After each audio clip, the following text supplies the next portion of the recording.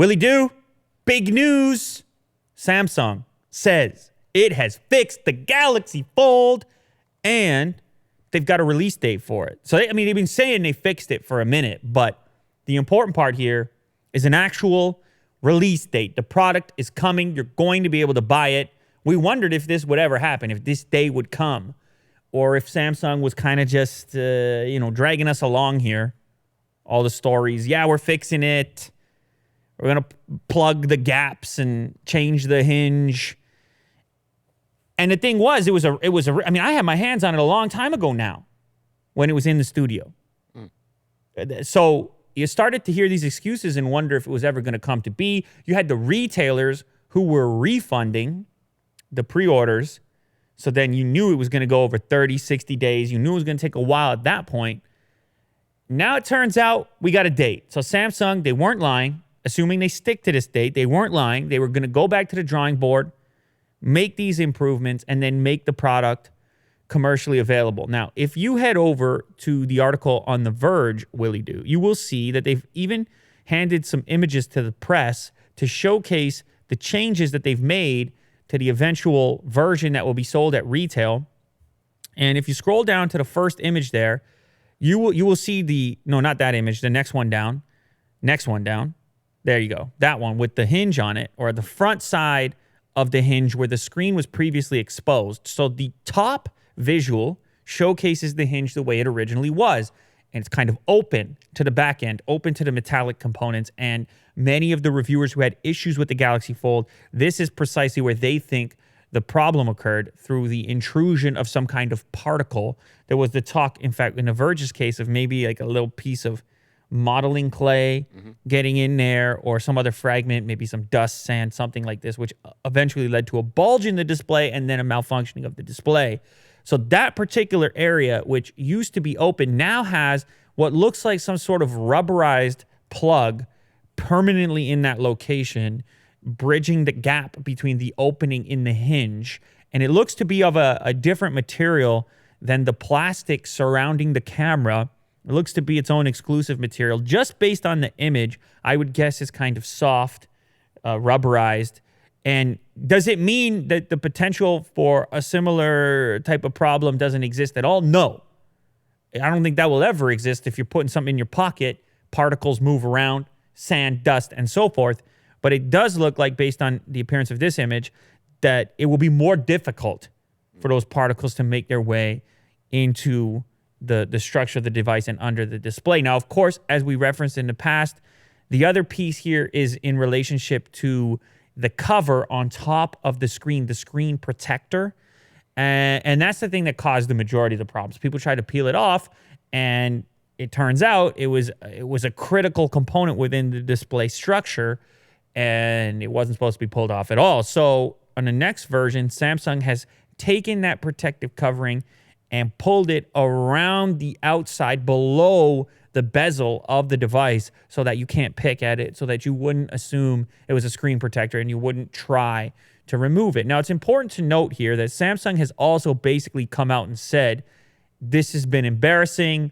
We're not happy about the way it went down. They've even admitted to rushing the product to be first to market. So it's rare that a company of this scale is going to be this apologetic and this transparent.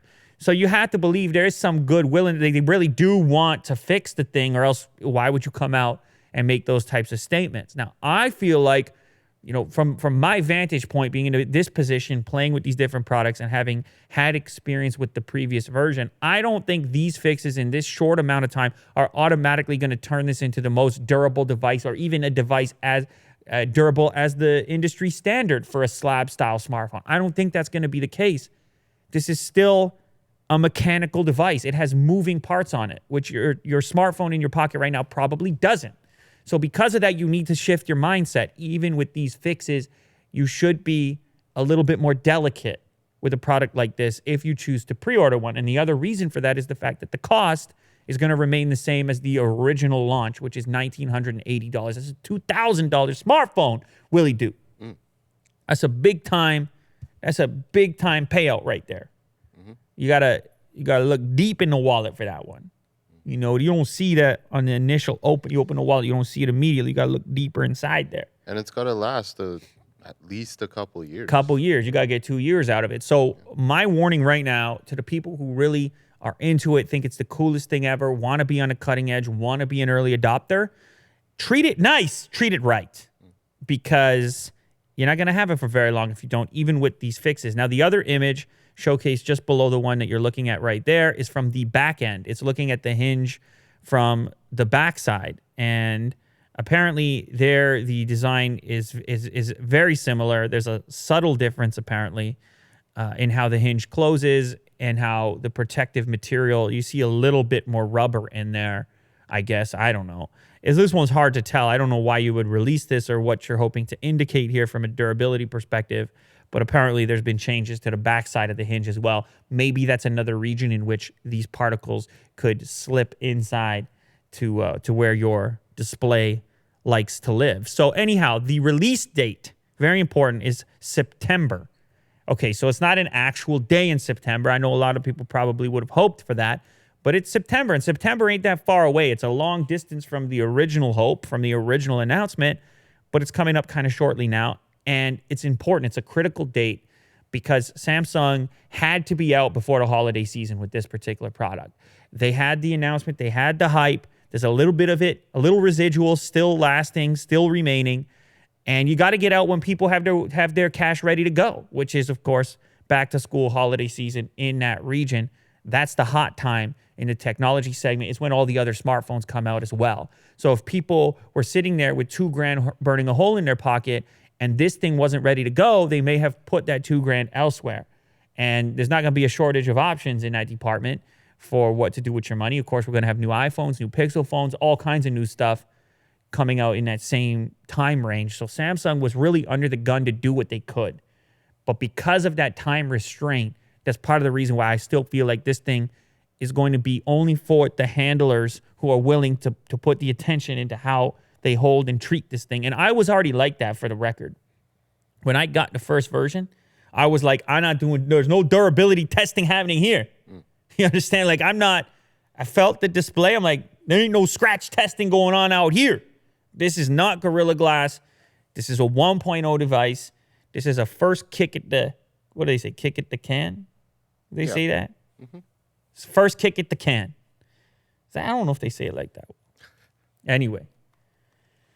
So I just treated it as such. And I realized that from my position, it's not even really fair to recommend it to people.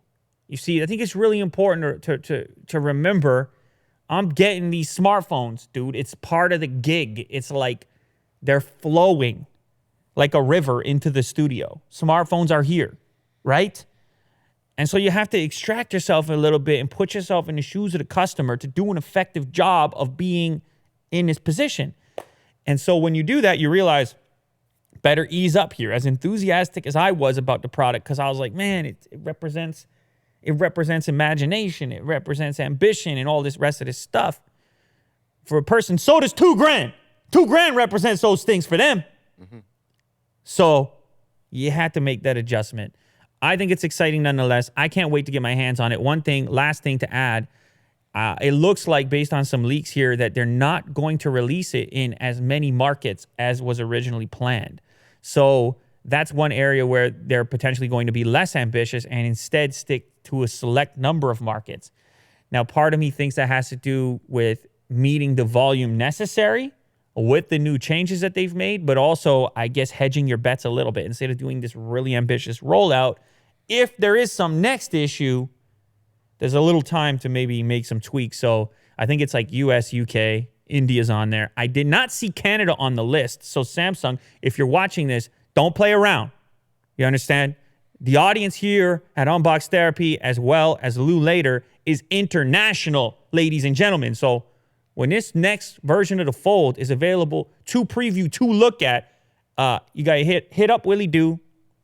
You know how to get a hold of him. Do they know how to get a hold of you? Mm-hmm. They do. Okay. So hit up Willie Doo and let's get the thing over here. I need to take a look at it. I spent so much time with the old one. I need to see these changes. I need to evaluate, and the people need to hear it. And I'm sure you guys can all go shout at Samsung too. You go let them know on social media. Say, Get this over to the guy. Don't say the guy because they won't know who you're talking about. But you could tag one of our handles. The bearded guy. The bearded one. That's actually what they call me in China, on the social media in China. Did you know that? I'm called Big Beard. Yeah. Although the beard itself is not that big, but I think I'm, Yeah. They think I'm big. The big guy. I don't mind. You call me Big Beard. You call me whatever you like. You just watch the videos, all right? Don't skip. How dare you?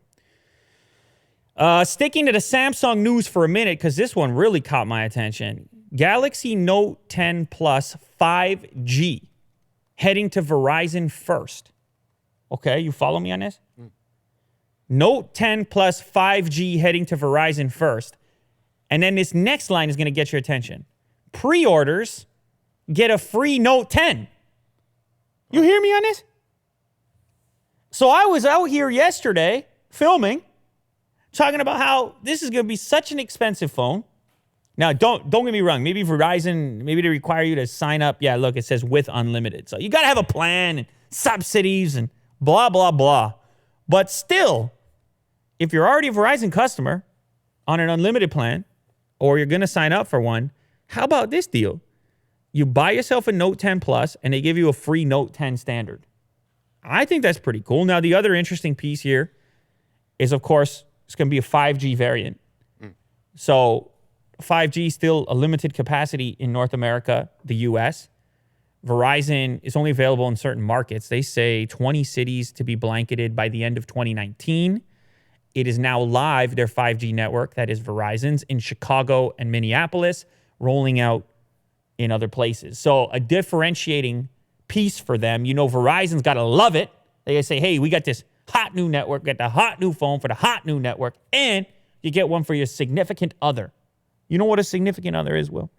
I would like to know. One day. No, Otis doesn't count, Will. Yeah. You understand? Yeah. You understand? Kirk's got a significant other. Mm-hmm. What do you think about that term? I don't like that term. Significant other. I got lots of significant others. Kidding me? Yeah. It's a bit long, but... Partner is worse than significant other. No, I don't know. People love partner. I don't know. I don't like any of it. Labels. Who needs these labels? Anyway, so that's kind of interesting. You are going to have to pre-order if you want to get that deal. And it also states in here, by the way, that the Note 10 Plus 5G is set to cost a few $100s more than the S10 5G. And the S10 5G is $1,300, Willie Do. So now you start to see my numbers here, my prediction is mapping out. Remember I said it was going to be around $1,500? Well, they're saying here, based on their information, it will be a few $100s more than the S10 5G. So are they saying $1,600? Damn! Smartphone prices 2019. Smartphone prices 2019. You see that, Will? They're taking people to the cleaners. This is an amazing deal. It's a good deal. Getting two phones? It's a good deal. But you still got to pay $1,600 for the first one. I know, but if you sell, like the other Sell one, the second one. Yeah. Okay. You could potentially sell the 5G version. So you sell the standard 5G. Oh, you sell the plus 5G. The more expensive one, yeah. And keep the other one subsidized. Right. Willie, you're always out here, Always thinking. You know what? It's one of your better moments. Yeah. So I hope the people appreciate when you get something like that from Willie Do. Yeah, because it's pretty rare. Yeah, because where are you going to get that type of insight on the internet in 2019? I don't know where else. So you sell one, you understand? Mm-hmm. And it subsidizes the cost of your own. Or, like I said earlier, you treat somebody, Will. Mm-hmm. You give Otis an extra. Exactly. He could take his own photos. Yeah. He's got to manage that Instagram account. He's blowing up. He's got to manage that count right there. He's got a lot of people in the DMs. They're not called DMs on Instagram, are they? He got people in the DMs. Yeah. Kirk gave me the nod. He has his own makeup line coming up. Oh, Will, don't joke about that. That's too topical. Don't joke about that. Don't you dare joke about that. So anyway, 5G phones, crazy expensive right now. Super fast. Going to be exciting to see them roll out. And Verizon with a special program here to give you two for the price of one, though the price of one, kind of the price of two, which reminds me of 2-for-1 pizza, where they were like, it's 2 for 1. but then the price of the first pizza is the price of 2 pizzas at the other place. Yeah. You see that? That's how they get you. Yeah, 2-for-1 pizza. That's a throwback right there. You don't know if you're not in this area. You don't know. But if you know, you know. And if you didn't know, now you know. Bring up the logo. Do they still exist, by the way? I don't know. He just found one. Established in, what, 1986 or something? I don't know, man. They're still doing it. 2-for-1 pizza. It was the hottest thing when it came out. When it came out, it blew people's mind. What do you mean 2-for-1 pizza? They were like, what do you mean 2-for-1 pizza? No one bought it. Every kid's at school. How are you not going to get 2-for-1? So, anyway, I haven't been there in a long time, but sometimes they do that because you know a lot of people, they're considering, well, I'll just pick up the One Plus. What am I going to pay? $500-$600? Right? And they go, no. You get a free phone over here. But it's like, yeah, the original phone is $1,600. Sheesh. Anyway. Tesla, they've been taking some heat. Well, I think their earnings weren't what people wanted. Their stock is, man, you watch that thing, look at that, minus 35. Minus $35, equivalent to 13% of the value. People are upset. I don't know. They weren't happy with the profits. They weren't happy with what Elon said. And they also, maybe most importantly, they weren't happy with the CTO and co-founder, J.B. Straubel, stepping down. So he got on a phone call and he's like, I'm out. And this guy's been there since day one. And obviously a CTO, an important role within a company.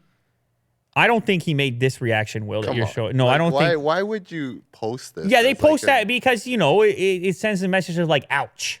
So, but it's obviously not in relationship. He's showing a picture of Elon making an expression. So during Tesla's earnings call today, the company announced that one of its longest tenured executives is leaving the company. This guy, JB, credited with coming up with various battery technology and helped launch programs like the Supercharger Network and the Tesla Energy business. He was there more than a decade ago. Wow, that's crazy. It's crazy that Tesla's been around that long, to be honest, but they've been at it, man. Anyway, he says something interesting on the phone call, which was he wanted to make sure that people knew it wasn't some lack of confidence in the company or the team or anything like that. You see that piece at the end? Or anything like that. And this is one of those moments where there's almost like nothing he can say that's going to be satisfactory to people. He's like, I'm out. But like the company's amazing. It's like Kawhi Leonard. He did the press conference with the Clippers because he's with the Clippers now, Will. And he comes on the press conference, he's like, I want to thank Toronto, man. He comes on the press conference, he's like, Kawhi and Dine, the fans, the doctors that delivered the baby. Like he just comes out thanking everybody in Toronto. Now, I don't want to take anything away because he was completely sincere. Like I actually liked it. I appreciated it. But it's one of those moments where if people are upset, it really doesn't, they're not ready to receive what you're putting out there. They've already cast their judgment. They're already upset. And so you're going to try to say a lot of things and some are going to receive it, but some are not. And I feel like that's the circumstance here with the Tesla thing where how can you say you're leaving a company, but you still believe in it? How do you do that? What kind of words can you string together to prove to people you have the utmost confidence that that company is rock solid, that that company is full of rock stars, that that company is the future, but you're going to go do something else when you got this kind of high role within the company? How do you manage that? Now, the other thing that gets me going is if you do leave a company like that and a position like that, maybe it's because of personal relationships within the company, or maybe it's because you got poached from one of these other big, the big players who are like, oh yeah, we're trying to do electric. Grab that CTO over there. Pay him double. I don't know. They're hurting for profits over at Tesla. Who knows what his salary looks like or his stock options or whatever else. Maybe I'm Ford and I want to do my very own battery tech like they do. Hire that guy. Now, I don't know. There could be restrictions that exist within his contract that don't allow him to do that. Maybe he has to sit out for like 2 years before he could go do something like that. But there's a lot going on here. So he's leaving the company. Wow, look what you just found on the Time article here. Leaving CTO role after $30 million in Tesla share sales. So you see that. So there's more to the story, dude. And it's just not good news for Tesla, which is unfortunate because it really feels like there's a dent being made there. It really feels like they've got a product that's good. and the other pieces just can't line up, like the profit component and the delivery component and these various pieces that are hard to execute. Making cars is hard, man. Yeah, not to mention like saboteurs sabotaging. Wait a second. Yeah. You can come in here with a word like saboteurs. That's what you're going to do? Well, that's what Elon said. And, so you're going to come in here, what is it, on a Thursday? Yeah.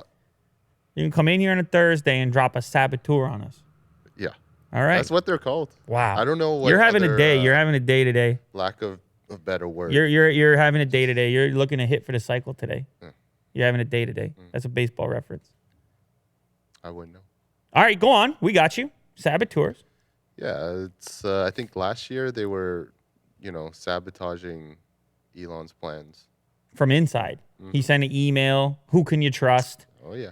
Man, such a high-profile company, to be honest. And I know one of the big things that happens here, because it's a high-profile company, tracks a lot of attention from the news, tracks a lot of attention from the hype. He tracks a lot of attention on Twitter himself. And you got the people who short the stock because it's this high-profile thing. It's just a lot of pieces around the actual core piece, which is trying to make and deliver these cars, that influences the way these stories come out, the human behaviors around it. Ultimately, the stock price eventually, there's extreme complexity to this thing. But as of right now, it's bad news for Tesla going forward. The stock is plunging. That's a real thing that's happening. Whether Elon agrees with it or not, it's happening. And you just want to see Tesla stick around. You want to see Tesla hang around. I'm not suggesting they won't. But the problem is, if the profitability isn't there and you can't continue to secure funding, eventually you got to look at being acquired. And the thing you worry about is if they do get acquired, I don't know by who. There was talk of like Apple acquiring them, I think, at one time, but that could have just been a rumor. But maybe another car company or something like this. Then you worry that the original DNA, that the inspiration might take a back seat post acquisition. So you don't necessarily hope for that. You don't hope for anyone to fail in that game. So unless you actually literally hope by shorting the stock, in which case you do hope for them to fail. But I'm not one of those people. I mean, I'm not one of those people on either side. I don't own Tesla stock and I don't short Tesla stock. So speaking of cars, this one really bothered me. Well, BMW adds an $80 yearly subscription for Apple's CarPlay. This is like, I saw this, I'm like, what are you doing? Nickel and diming. Terrible, BMW. You make nice stuff, man. What are you doing with this? They're selling cars 50 G's and up, and you're gonna charge your customers $80 a year for Apple's CarPlay. Now, I should say, they give you an option of paying $300 for life, 20 years to have Apple Car. What are we doing here? They claim it helps them to keep their overall costs low. What, by $300 more? What are we doing? I got the impression that Apple CarPlay was free. It is free. It is free on every other manufacturer. Every manufacturer. So every BMW, there's software in there that, and if you pay $80, it enables it. I would assume that would be the case. Well, $80 a year or $300 outright for a lifetime cost. You'll see it as a line item on your invoice to buy your car. Now, it's important to note that when you buy a car, it's got like options on it. You're paying ridiculous sums of money for little improvements anyway. Like, oh, well, what do you want? You want your carpet to be that color? Okay, here you go. $2,000 or whatever, So they're used to the idea of it. But when it hits the news like this with a headline like this, you can't help, especially when you're looking at a luxury brand like BMW, you can't help but be a bit aggravated at like, really? That's the way you want to play it? That's the way you want to do it? And presumably someone could leave the dealership without CarPlay enabled, go plug in their iPhone to their new $100,000. You could spend $100,000 on a BMW. Their brand new luxury vehicle. They go to plug their phone in. It's like, please put in your credit card. I mean, man. Meanwhile, down the street, at the Toyota dealership, they're just peeling off, listening to their CarPlay. You see how that goes? It's a bit rude in my estimation here. Now, apparently, their defense, they gave people a lot of warning here. They announced their intentions 18 months ago, but it doesn't make it more palatable for BMW owners. Cars like the Kia Creed, for example. Look up the Kia Creed because that's what they're listing in this Engadget article as a comparison. Look at this little guy. You got 4 doors. Actually, that looks pretty sporty. I don't mind the look of that. Wait, Kia Creed. Oh, Ceed? Seed. Look at click the picture to the right there, the one in the middle, right in the middle. That's not bad looking with the rims. Mm-hmm. I don't know, whatever. Anyway, it's a hatchback 4-door. Well, they call it a 5-door hatchback because the trunk is not it's a door. I hate that, by the way. Can I just? It opens on the side. 5-door. Top. No, they call it a 5-door when it's a hatchback. I don't know. It makes me angry. What are you talking about? Door. Who's going in that door? Kirk gets in his car from the 5th door. Later, guys. I'm using my 5th door. I'm sure there's a good reason for it, but anyway, I'm not with it. So that car there gets CarPlay and Android Auto. And can we get a starting price on that? Will, can you give us a starting price on this car right here? I'm sure we're going to see right away. It starts at, you got it in UK prices here, £23,000. It's probably a $25,000 car. Something in that neighborhood you get both. But I don't even need to tell you that. So many cars come with it now, straight out the gate, and you can't help but feel like you're being nickel and dimed here by BMW. And it's the last thing you really want to feel when you step into a dealership, when you engage with a car brand with a history and a reputation like BMW. It's a terrible move. I recommend, BMW, I know you're not watching this, but if you are, if you're connected to anyone there, get rid of this. This is a bad move. You want to be perceived as technologically advanced. You don't want to be perceived as archaic. You want to be perceived as adopting the new technologies and making it easier for customers to do so. You want them to be straight out the gate with the latest tech, including Apple CarPlay. Get rid of this nickel and diming, okay? I don't care if you made an announcement. I don't care if you're in the car business. I don't care if you got line items. I don't care, Will. This is too much now. I agree. You got to have that one straight out the gate. All right, next up, this is a cool one, Will. This is a cool one coming via Gizmodo. Scientists have created a prosthetic arm that lets patients feel touch again. Unbelievable. I love this kind of story. This is the science fiction stuff that I used to think about as a kid, like the robotic arm, the idea of, because, they used to put the commercial on TV, which would scare me with the amputees. Where you go, don't go near the lawnmower. Right. The war amps, they're called. I don't know. War amps. I don't know where that airs, what countries that airs in. But it would be a kid who would tell you, like, look, I got too close to a tractor and I lost my arm or my leg or whatever it might be. And it would be they would put it on kids programming to warn you against like heavy machinery, lawnmowers, cars, to be wary because you could end up injured or whatever. And so I used to watch that commercial and then think, man, in the superhero comics, or how about in Star Wars, because Luke Skywalker, he gets the robotic arm at some point, right? Mm-hmm. Yeah. So it's cool. It's a cool thought. Like, so what? Got your arm chopped out. Here's a better one. I don't know. It was a science fiction solution. This is one of the areas where I feel like tech, when it can restore for humans, when it can do a restoration project for humans, it's really inspirational. So scientists at the University of Utah say they've created technology that can return some degree of feeling for people with amputations, creating prosthetics capable of providing sensation. And funny enough, I mentioned Luke Skywalker. I believe they call it Luke, inspired by his robotic deal. The hand itself looks incredible also. Apparently the way it works is they're able to tap into some of the remaining nerve endings on the remaining part of the arm, like where the biological arm would have originally attached.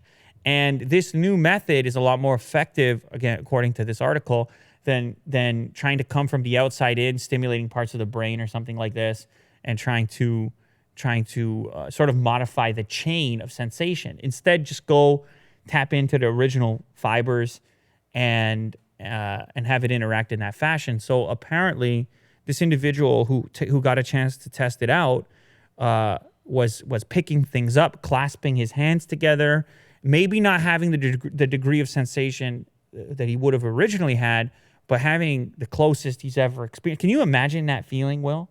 Mm-hmm. Like of having not having an arm for years, getting the robotic one, and then like plucking a grape and putting it in your mouth. Oh. Dude! It'll be incredible.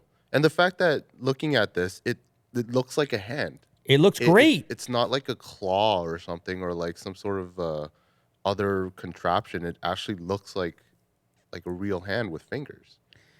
And that's exactly what he did. He reached out, putting his two hands together, moving them and rubbing them against one another, kind of like this. Like how you just, you take it for granted. You probably don't even realize how often your hands are together.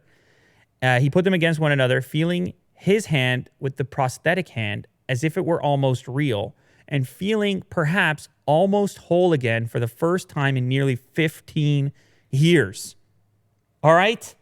You see this, Will? This is real stuff. For the people who work on this kind of thing, I can't imagine the feeling for them as well.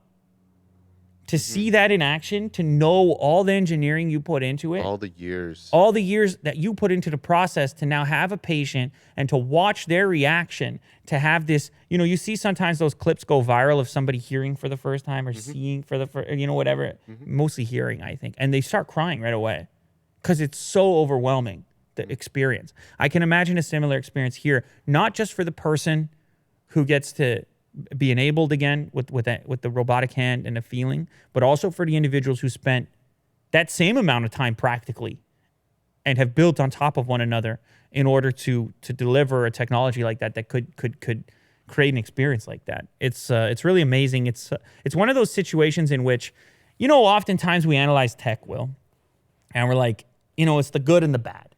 It's like smartphones are great, but then again, people are addicted and they don't look at each other anymore. It's like, could be terrible. You watch Black Mirror, you're like, could be bad. Then you see something like this and you're like, you know what? I don't see the downside. I don't know, man. They could put here AI he goes. in here. Will, here goes Will. Here he goes. Now it's AI. now it's AI and it's super strength and it's crushing Will's larynx in the superhero comic book. Punching me right in the nose. Yeah, of course. I mean, you can go that direction, but at least for the time being, this is an incredible discovery, incredible engineering come together to actually make a difference for somebody in real life and to deliver touchback. That's I don't know. That stuff to me is super cool. So shout out to the research team, the scientists at the University of Utah. You're doing the real stuff. That's some real stuff going on right there, and I like it. Here's one, a little off the tech topic, but it caught my attention. American Airlines flight attendant requires stitches after emotional support dog bite. I don't know. I was just reading. I got to throw it in there because it's just, do you know what an emotional support dog is? Well, I shouldn't be laughing. Do you know what an emotional support dog is? Well, I have a vague idea. that's Otis, okay? Otis is your emotional. He gets me through the day. This is like you cannot go on the airplane without the dog because it's someone who has extreme anxiety. Exactly, because you can't. The dog calms you down because you can't calm yourself down. The dog calms you down, so now you can get on the plane. And this is how you. This is also how you can get around some of the restrictions, putting pets like right on your lap or in the seat or whatever in the cabin, because it's emotional. You see, so it's like it's a thing where the airlines have agreed to grant you that ability in order to maintain you as a customer. They say, okay, we'll put up, you can do this in certain circumstances. Not everybody can qualify.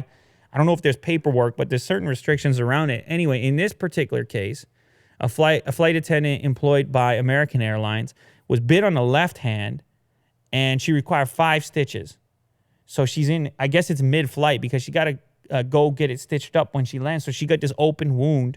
I guess she can't really do her job properly. Maybe she had some bandages. I guess they have first aid, so she probably had it covered up. But that ain't gonna be too fun. Oh, it's a male flight attendant. Sorry, I take that back.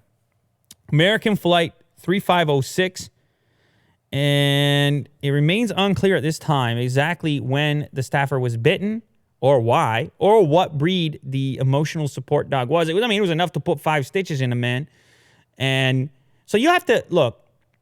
Here's the thing, Will. That's just one stage. That's like 1 degree of madness right there. Like you imagine the scene. This dog bites the person, splits them open, stitches, blood. Pretty traumatic on a flight, even as a passenger, where you start to go, I'm not really enjoying this experience that much.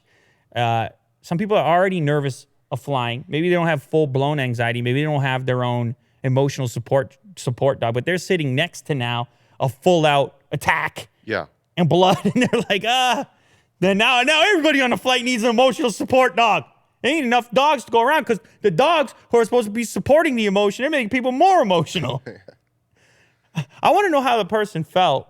We need more emotional dogs in there. Yeah, and then all the emotional dogs for the emotional people are getting emotional themselves. Yeah. You see that? He's there to be emotionally supportive. He couldn't handle his emotions. This goes to show you what's wrong with emotional support in general. You got to manage your own emotions because you can't speak to the emotions of the other being that's supposedly managing yours. Yeah. Now, I don't know. Maybe this flight attendant was a little too rambunctious. Maybe he's reaching out. Maybe he's bugging the dog. I don't know. It could be. We're lacking some information here. But I'm going to take it a step deeper because there was a similar headline on a Delta airline where a passenger is officially suing the carrier after allegedly being mauled in the face by a fellow passenger's emotional support dog on a flight in 2017, suffering serious injuries to the face and upper body. And as you can see here, this individual is suing the carrier. He's suing the airline, saying, why would you let this dog onto the flight to begin with? Because it resulted in my injuries and I want some cash. So that was a headline that came out previously. And you can imagine if you do this enough, if the number of dogs on a plane goes up, this type of stuff is just going to happen more frequently. I mean, it's inevitable, right? More dogs, more teeth, more bites, right? I'm not saying dogs inherently want to bite people, but sometimes it happens. In these circumstances, it did happen. I just thought it's kind of funny. It's hilariously contradictory that the one that's on the flight to support the emotions is getting emotional, which is the dog, because dogs are dogs at the end of the day. Dogs are dogs. You can attest. You know this is true. You have a dog. Dogs are dogs. I've had dogs. That emotional dog should be trained for people coming up to them. I feel like I'm not saying it's anyone's fault, but I think there's some sort of thing that transpired, like that the dog didn't recognize. So how do you vet? How do you kind of snapped? How do you maybe vet? It's food. I don't know. But how do you vet out a dog that's capable of being an emotional support dog versus just an everyday dog? Because the way I understand it is the person needs to be able to say, look, I got this anxiety, so I got the dog. Right. But then what's the vet on the dog? Like, it's any dog. You could just be like, this is the dog that makes me feel better. And then they're like, okay. Or is it like when you have a dog that helps a blind person where they got to hit the protocol? I think there's like a training session that the people... The dog should go through? Yeah, the dog go through like a couple weeks, I think. I saw it on Netflix. Oh, okay. And you feel emotionally attached throughout the weeks. And, you know, at that time, you just kind of adopt them and then they become... Okay, let me hit you with this, Willie Doo. The subject of emotional support animals on planes has proven to be one of the most hotly debated travel topics. Ever since an emotional support peacock named Dexter...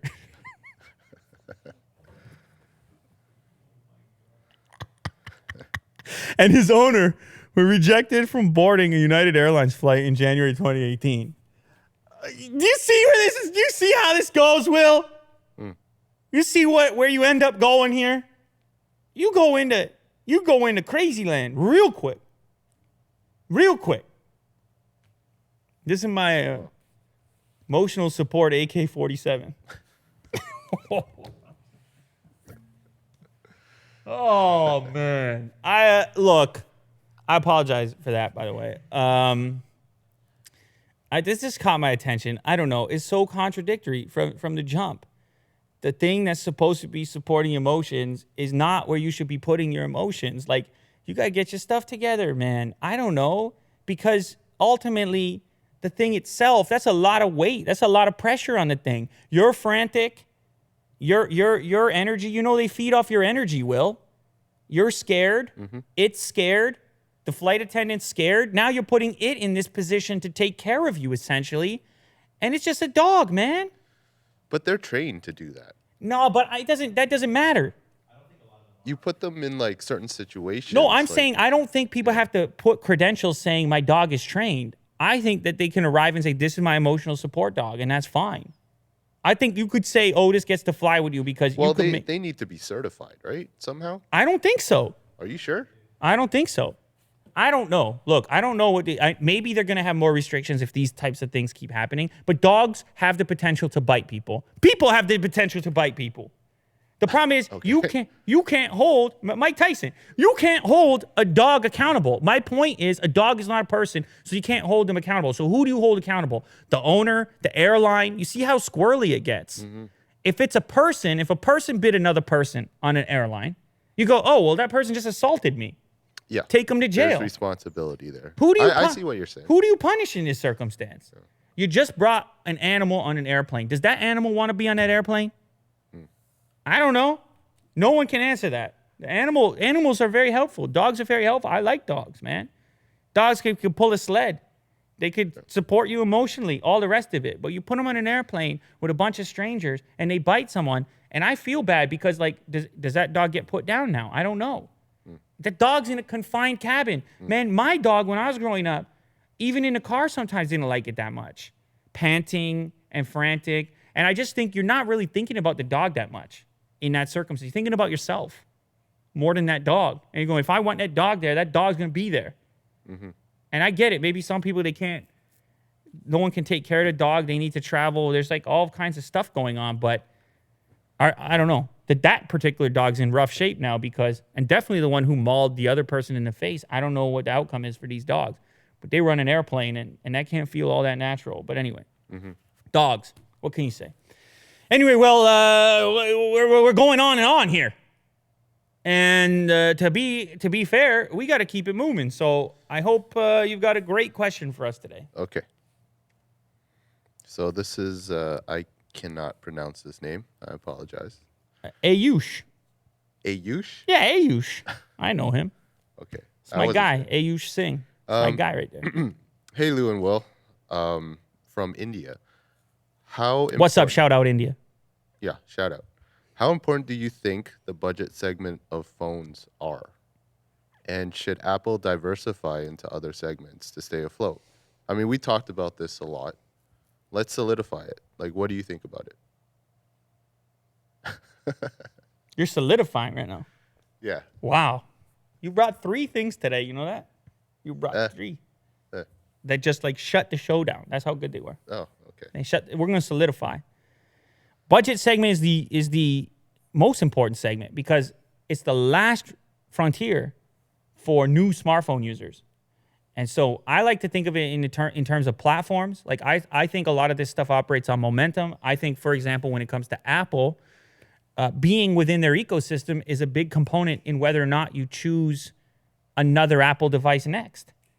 And when I look at India specifically, I go, oh, they missed a boat because the stuff was priced in such a fashion that it couldn't be people's first smartphones. Versus here in North America, the origin story, early iPhones, there really wasn't comparable stuff at the time. Definitely not to the degree that there's comparable stuff now.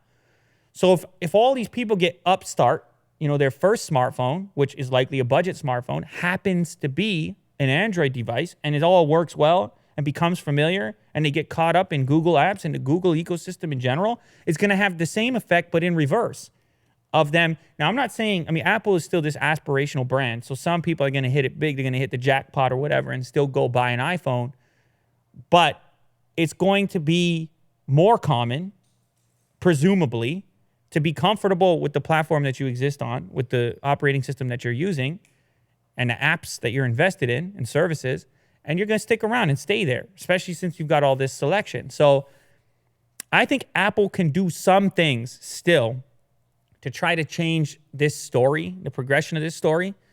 They can come with a regional phone, which they haven't done before, but they could release something exclusively maybe in India for the Indian market.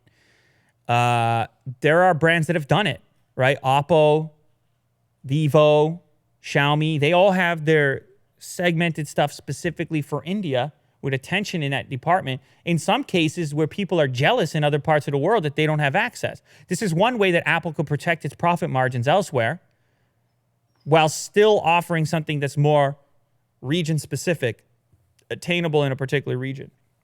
I think budget smartphones are the future of smartphones until we get to some next form factor, until we see some major progression, like in the form of a folding device or some reason to spend all that extra money, unless you just have it sitting around. There will be a market for premium devices, but it won't be the market. It won't be the big market from a scale perspective. Instead, those users are going to increasingly choose devices that represent better value for them.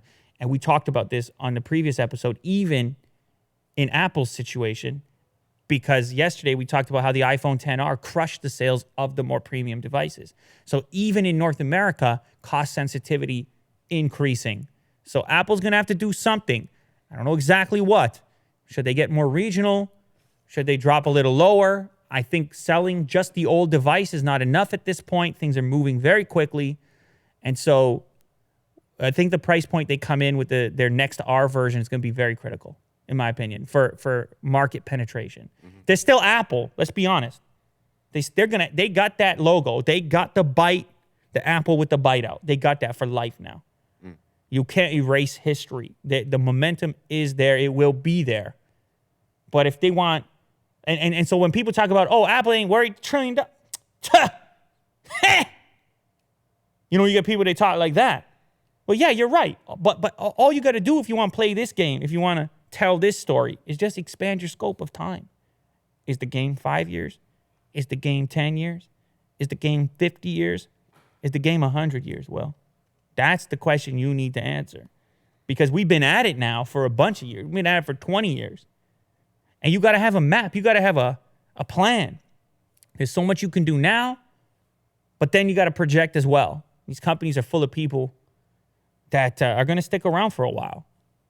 And so when I think about this stuff, especially when I think about emerging markets and I think about new users coming online, I just extend the scope, I extend the amount of time out. I go, no, it's not about this year. It's not about profits this year. It's not about profits 5 years from now. Let's go to 10, 20, 30, 50. It's interesting. It's exciting. It's cool to try to do that and see how these decisions map out over a bigger portion of time. So there you have it. Willie Do, we did it all. We saw it all. We said it all. I need an emotional support dog after that. Because that's how intense it was. So I need support. And, I mean, I need a lot of things, let's be honest. Mm-hmm. I need a Galaxy Fold. So Samsung, get with it. You should be sending the very first version of the new version to us. Mm-hmm. You can email will@lulater.com. Or I guess they could email you, will@unboxtherapy.com. Yep. You can email Will so many different ways. You got no excuses. Mm-hmm. You can email Kirk if you want. Although I can't promise what he's going to send back your way. It might be inappropriate, to be honest. It's my bet on that matter. People have things to do today. Kirk's got a very important sure hard stop today. So because of that, we're gonna have to hard stop right out of here. So that's it. Later.